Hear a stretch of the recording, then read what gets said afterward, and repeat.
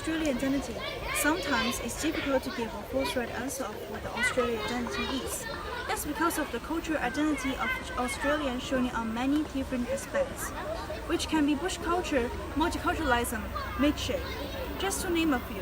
In this really wide and various cultural identities, the beach culture is the most representative one. Hello everyone, this is Zhao. Today, let me take you to do a deeper understanding of beach culture and the Australian identity. Before I came to Australia, what I thought of as Australian beach is the blue sky, surfers, and countless clothes lying on the beach and sunbathing. But actually, the beach culture is much more than what I see. The beach culture shows the equality of men and women, the national competitively, national characteristic, and also shows the lifestyle of Australia. How does the beach culture show their gender equality and national compatibility? Here is a photograph taken by Annie Zhao that tells us the answer. She uses some vivid portraits of people to show their activities on the beach.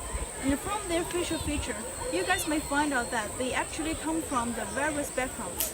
Zhao challenged the Aryanized racial aesthetic of Japan by photographing migrant families and working class body against the painted backdrop of Bondi, which reflect the freedom, the classless equality of nation and identity of Australian society.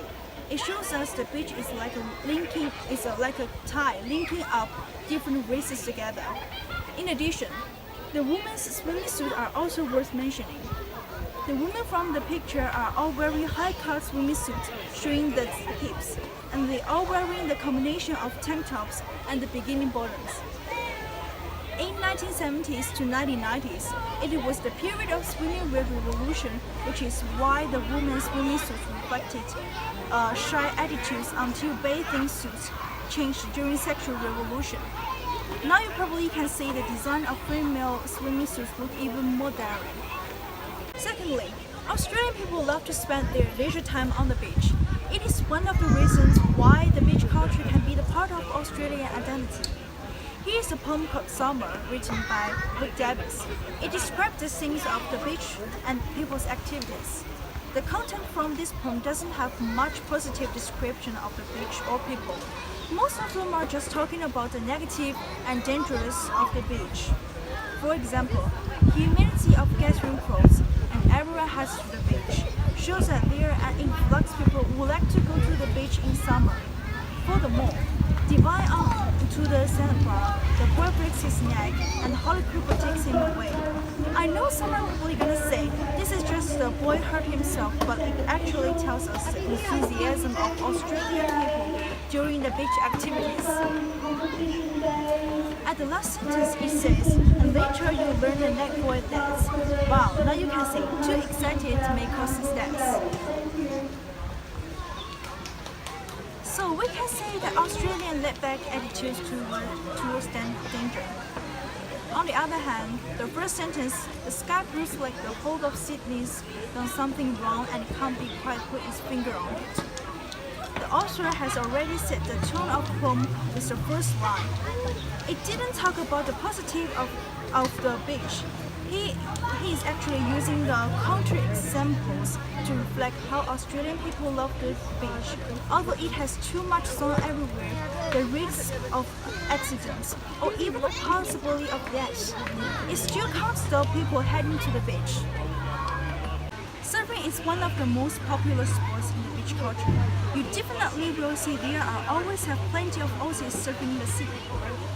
The photographs taken by David use the camera to record the moment when person was surfing at sea. Yes, you're right. The surfing is part of Australian beach culture, which is the most common form of sport for Australian people. Surfing is the representation of Australian national spirit and national characteristic. This sport was established to promote traditions of tree surfing, respect the ocean, the land, and the indigenous and local cultures wherever surfers are, and the travel. Fostering community spirit, and it also shows the famous surfer. It also shows us the national characteristic of Australians not being afraid of difficulties, just as the really famous surfer Buzzy Trent said. Waves are not measured in feet and inches. They are measured in increments of wear. He told us sometimes surfing is not as interesting as you think. You have to face the fear and surmount the difficulties. If you want to keep balance by surfboard on the sea, The Poem Surfing and the Sea and Me by Dean Dupreez clearly shows his devotion of surfing. This is my home in the sea, and I'm grateful that surfing is my life. Can be seen that he shows the respect of this sport and told us Australians are inseparable from surfing. So, this is the beach culture.